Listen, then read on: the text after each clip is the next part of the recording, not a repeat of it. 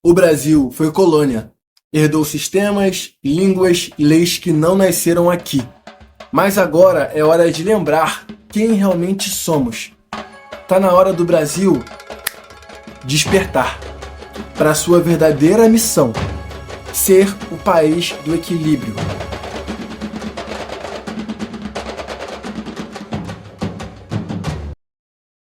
Se você observar bem, em todas as notas de real, você vai ver essa lataria aqui, ó. Quem é essa mulher? Essa mulher se chama Marielle. A Marielle é um símbolo da Revolução Francesa. É aquela famosa imagem daquele quadro da mulher com a bandeira da França na Revolução Francesa, que é um quadro histórico. Essa é a mesma mulher que está nessa nota. E eu te pergunto, por que nas notas de real tem uma figura que não é brasileira?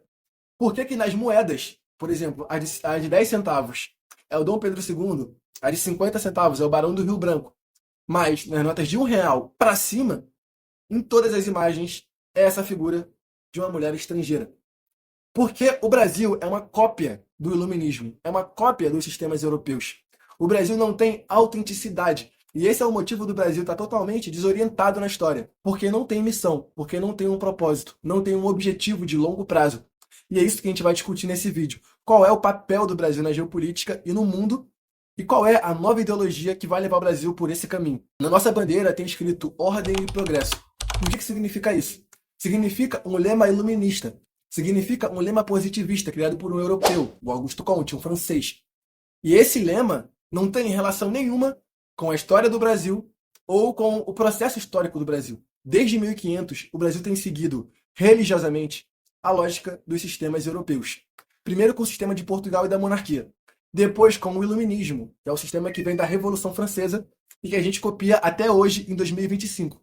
Esse é o motivo do Brasil não ter se desenvolvido, porque a síndrome de vira-lata, a síndrome de inferioridade e a falta de autenticidade de ser quem é para copiar o outro, com a premissa, partindo da premissa que o outro é melhor ou mais evoluído de alguma forma, porque essa que é a ideia que está por trás da cópia dos modelos europeus. Porque os europeus venderam para o mundo que eles eram superiores aos outros povos, aos povos indígenas, aos povos africanos, que eram vistos como primitivos, que eram vistos como selvagens, que eram vistos como incivilizados, como se eles fossem civilizados. Os civilizados que destruíram, os civilizados que trouxeram competição e individualismo para o nosso sistema. E essa é a lógica do sistema que a gente vive hoje.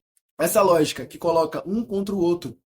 E se você quer entrar numa boa universidade, você tem que competir com sei lá quantos candidatos para poder entrar naquela universidade. Para você entrar numa vaga de emprego, você tem que competir por aquela vaga de emprego. Então, tudo se baseia na competição, no individualismo e no cada um por si. E essa lógica de sociedade é altamente vertical, né? Ou seja, vai estar todo mundo competindo para estar acima. A gente sempre quer estar acima uns dos outros e nunca pensa que o todo está interconectado, que a gente faz parte de uma coletividade.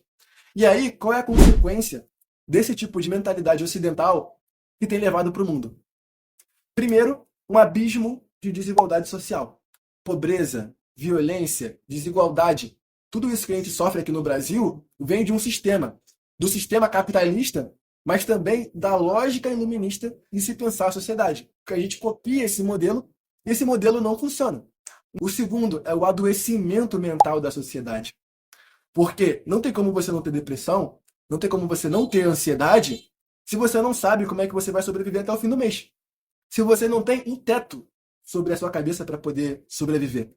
Porque a verdade é que as necessidades mais básicas do ser humano é comida e abrigo, necessidade de sobrevivência. Todo ser humano, ou animal, ou qualquer ser vivo, tem necessidade de ter alimento e de ter abrigo. Quando você não tem garantia que você vai ter um teto sobre a cabeça, que você vai ter o que comer, você gera uma instabilidade social enorme. Você gera desigualdade, você gera violência. Então, a violência, a desigualdade e a desestabilização psicológica dos indivíduos, os problemas mentais, é resultado desse sistema que a gente está copiando e que não funciona. A terceira consequência, e não menos importante, são o desequilíbrio climático, a destruição do meio ambiente. E isso não é uma coisa, o meio ambiente está sendo destruído, o que eu tenho a ver com isso? Não.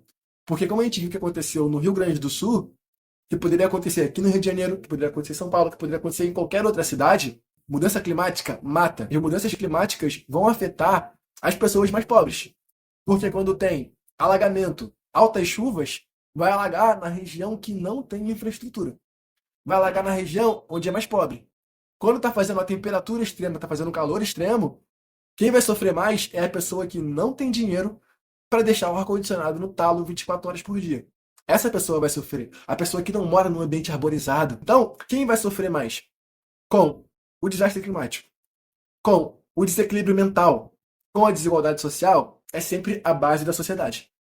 Certo? Então, por isso, a gente vive num sistema que faz a competição para que as pessoas lutem entre si para chegar no topo, onde há espaço para poucos. Enquanto a gente deveria se unir para fazer um sistema de sociedade mais horizontal, um sistema mais coletivo. E o Brasil tem isso na sua essência. É hora do Brasil se reconectar com a sua essência. Porque o Brasil é uma mistura de povos europeus, de povos indígenas, de povos africanos. E essa diversidade traz diversas formas de enxergar e de ler o mundo.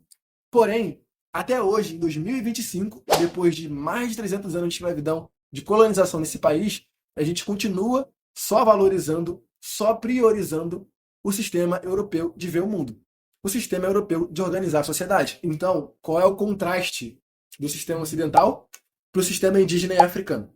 O sistema ocidental prega a competição. A sociedade indígena e africana prega a cooperação. A sociedade ocidental prega o individualismo. A sociedade indígena e africana é coletivista. A sociedade ocidental é vertical, é extremamente hierarquizada na relação de homem com mulher, na relação de rico com pobre e sempre essa competição para estar acima. Enquanto a lógica indígena e africana é uma lógica mais horizontal, é uma lógica circular de sociedade. É uma sociedade que preza pelo equilíbrio social, pela harmonia social. E a gente ignora o pensamento indígena, o pensamento africano, porque é considerado não civilizado, é considerado selvagem primitivo. Só que isso é uma mentira, isso é uma farsa, porque o continente africano foi o berço da matemática, foi o berço da astronomia. Os povos indígenas aqui na América do Sul já tinham conhecimentos avançados. Por exemplo, a Cordilheira dos Andes, que tem, né, obras de tijolos, não são tijolos, né? São pedras talhadas de maneira perfeita. Né? O conhecimento espiritual, o conhecimento que vai além dessa lógica materialista e consumista do Ocidente. Então, quando a gente começar a acolher esse conhecimento indígena e africano e europeu e fazer com que essa mistura se complemente, com que essa mistura crie algo novo, um novo sistema de sociedade, aí o Brasil finalmente vai estar no caminho certo. Para o Brasil entrar nesse caminho certo, eu estou há anos estudando e desenvolvendo esse novo sistema, que é o sistema Yunnan. Dentro da minha pesquisa, pesquisando o que a gente pode resgatar de conhecimentos indígenas, de conhecimentos africanos, eu descobri que esses dois povos tinham um fator em comum, que é centralizar a ideia de equilíbrio na sua filosofia e visão de mundo. E o Darcy Ribeiro, visionário como ele era, ele dizia que a globalização ia reduzir as distâncias, né? Então seria muito mais fácil você ir para um país ou para um outro país, você migrar, né, entre países do mundo, e que isso ia começar a criar uma miscigenação em todos os países, que é o que a gente está vendo hoje. O Darcy Ribeiro é um visionário, né, cara? Por exemplo, a seleção da França, né? A seleção da França tem várias pessoas o quê? Pretas. Porque a França está começando um processo de miscigenação. Todos os países do mundo vão iniciar esse processo de miscigenação com o encurtamento das distâncias e a globalização. Só que o Brasil iniciou esse processo muito antes de qualquer país. Então, o Brasil, na verdade, é o país que tem a função no mundo de guiar essa união de povos, de guiar o equilíbrio entre os povos. E o sistema Yunnan é esse novo sistema político, econômico, mas também filosófico, que busca alcançar o equilíbrio, restaurando esse conhecimento da raiz do Brasil e liderando o sul global, que é entender o Brasil como um povo novo, como uma cultura nova, e fazer com que essa mistura seja o nosso diferencial.